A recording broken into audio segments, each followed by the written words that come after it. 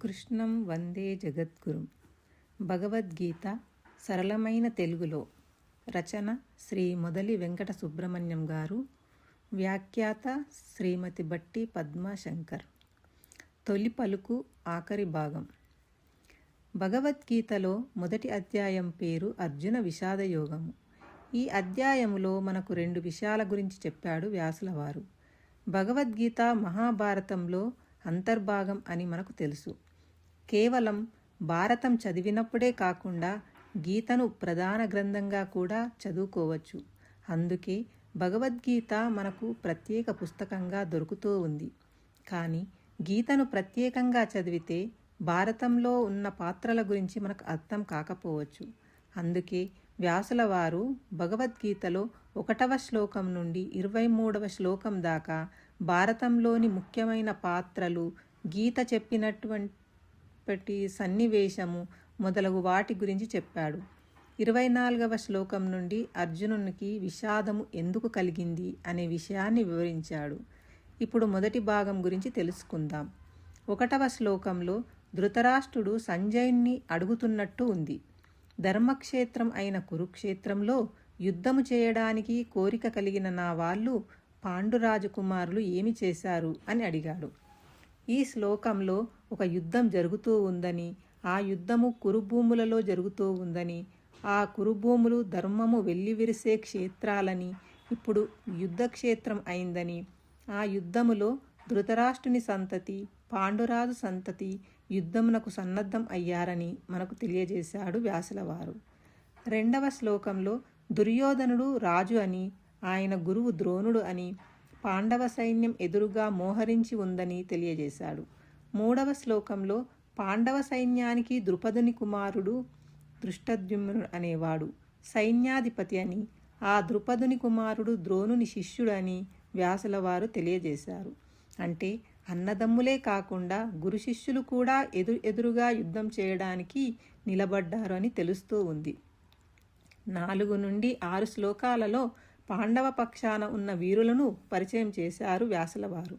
భీముడు, అర్జునుడు, యుయుధానుడు, విరాటుడు, ద్రుపదుడు మొదలగు మహారథులు, దృష్టకేతుడు, కాశీరాజు మొదలగు వీరులు, పురుజిత్తు, కుంతిభోజుడు, శైబ్యుడు మొదలగు రాజులు, యుధామన్యుడు, విక్రాంతుడు, ఉత్తమౌజుడు మొదలగు వీరులు, సుభద్ర కుమారుడు అభిమన్యుడు, ద్రౌపది కుమారులు ఉపపాండవులు, వీరంతా మహారథులు అని భారతంలోని పాండవ పక్షాన మోహరించి ఉన్న ముఖ్య పాత్రలను పరిచయం చేశారు వ్యాసుల వారు.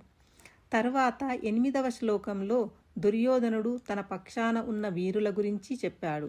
భీష్ముడు, ద్రోణుడు, కర్ణుడు, కృపాచార్యులు, అశ్వత్థామ, వికర్ణుడు, సోమదత్తుని కుమారుడు భూరిశ్రవసుడు మొదలగు వారిని పరిచయం చేశాడు. ఈ సైన్యాలకు అధిపతుల గురించి 10వ శ్లోకంలో చెప్పాడు. కురుసేనలకు భీష్ముడు, పాండవ సేనలకు భీముడు అధిపతులు. ఆ రోజులలో యుద్ధములలో మోగించే వాద్య విశేషముల గురించి 13వ శ్లోకంలో పరిచయం చేశారు వ్యాసుల వారు. శంఖములు, బేరి, వనవానకము, గోముఖము మొదలగు వాద్యములు.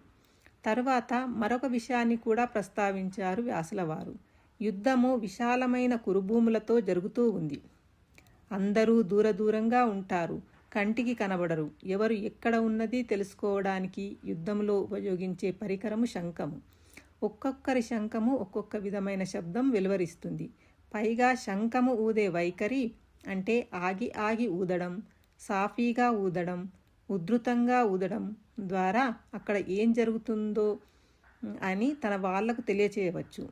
అందుకని ఒక్కొక్క వీరునికి ఒక్కొక్క విధమైన శంఖము, దానికో పేరు ఉంటుంది. హృషికేశుడు అయిన కృష్ణుడికి పాంచజన్యము, ధనంజయుడు అయిన అర్జునుడికి దేవదత్తము, వృకోదరుడు అయిన భీమునికి పౌండ్రము, యుధిష్ఠిరునికి అనంత విజయము, నకులునికి సుఘోషము, సహదేవునికి మణిపుష్పకము అనే శంఖాలు ఉన్నాయి. అవి మచ్చుకు కొన్ని వివరించారు వ్యాసుల వారు.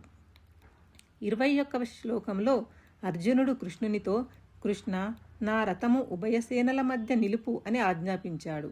దీనిని బట్టి అర్జునుడికి రథసారథిగా కృష్ణుడు నియమింపబడ్డాడు అని వ్యాసుల వారు తెలియజేశారు. 23వ శ్లోకంలో దుర్యోధనుడికి దుర్బుద్ధితో ఈ యుద్ధానికి తలపడ్డాడు అని తెలియజేశారు వ్యాసులవారు. ఇప్పటికీ యుద్ధం సీను వివరించడం పూర్తి అయింది. ఇంకా అర్జునునికి విషాదం ఎందుకు కలిగింది అనే విషయాన్ని తరువాతి శ్లోకాల్లో వివరించారు వ్యాసులవారు.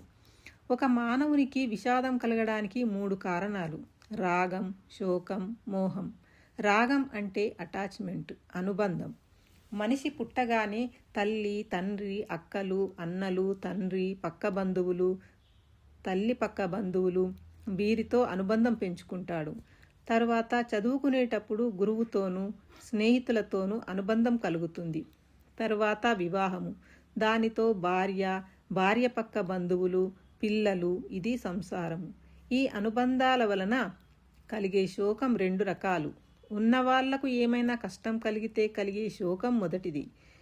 భవిష్యత్తులో ఏమన్నా కష్టం కలుగుతుందేమో అన్న భావనతో కలిగే శోకం రెండవది. ఇప్పుడు అర్జునుడికి కలిగింది 2వ రకం శోకం, అదే విషాదము. దాయాదులు తమ వద్ద నుండి అక్రమంగా లాక్కున్న అర్ధరాజ్యం తిరిగి ఇమ్మని అడిగారు పాండవులు. ఇవ్వను పొమ్మన్నాడు దుర్యోధనుడు. చేతనైతే యుద్ధం చేసి గెలుచుకో అన్నాడు. యుద్ధం అనివార్యమైంది. ఇరుపక్షాల సైన్యాలు యుద్ధానికి సన్నద్ధం అయ్యాయి. ఇంకా యుద్ధం మొదలు కాలేదు, ఎవరూ చావలేదు. కానీ అర్జునుడికి ఎదుటిపక్షంలోని వీరులను, సైనికులను, ముఖ్యంగా తాత భీష్ముని, గురువు ద్రోణుని, కృపాచార్యుల వారిని చూసి విపరీతమైన శోకం పట్టుకుంది. నేను యుద్ధం చేస్తే నా చేతుల్లో వీళ్ళంతా చస్తే వీళ్ళ గతేంటి? ఇరుపక్షాల సైన్యంలో ఉన్న మగాళ్ళు అందరూ చస్తే వాళ్ళ భార్యలు ఏమవుతారు? వాళ్ళు చెడు తిరుగుళ్ళు తిరిగితే ఆ చెడు తిరుగుళ్ళ వల్ల వారికి అక్రమ సంతానం కలిగితే వర్ణసంకరం అవుతుంది. చచ్చిన వాళ్లకు పిండ ప్రదానం, జలదర్శనం ఎవరు చేస్తారు? అవి చెయ్యకపోతే అందరూ నరకానికి పోతారు కదా. అయినా చిన్నప్పటి నుండి పెంచి పెద్ద చేసిన తాతగారిని, చదువు చెప్పిన గురువు కృపాచార్యుని, విలువిద్యలో మెలకువలు నేర్పిన ద్రోణాచార్యుని, మిత్రుడు అశ్వత్థామను ఎలా చంపాలి? మామగారు ద్రుపదుడు, బావమరిది దుష్టద్యుమ్నుడు, మీనమామ శల్యుడు, బావగారు కృష్ణుడు, శిష్యుడు సాత్యకి, వీళ్ళంతా యుద్ధంలో చస్తారు కదా. ఇదంతా నేను యుద్ధం చేయడం వల్ల కదా. అందుకని నేను యుద్ధం చేయను, సన్యాసం పుచ్చుకొని భిక్షాటన చేసి బతుకుతాను. ఇది అర్జునుడి విషాదానికి కారణం. అప్పటికీ యుద్ధం అసలే మొదలవలేదు. ఎవరూ ఎవరినీ చంపలేదు, ఎవరూ చావలేదు, అందరూ బతికే ఉన్నారు. అంటే ఏమీ జరగని దానికి ఏదో జరుగుతుందని, జరగబోతుందని విషాదం పొందాడు అర్జునుడు. ఈ విషాదాన్ని అంతం చేయడానికి కృష్ణుడు చేసిన బోధ భగవద్గీత. ఇంకా ఒక్కొక్క శ్లోకం వివరంగా అధ్యయనం చేద్దాం. తరువాయి భాగం రేపు తెలుసుకుందాం. జై శ్రీకృష్ణ.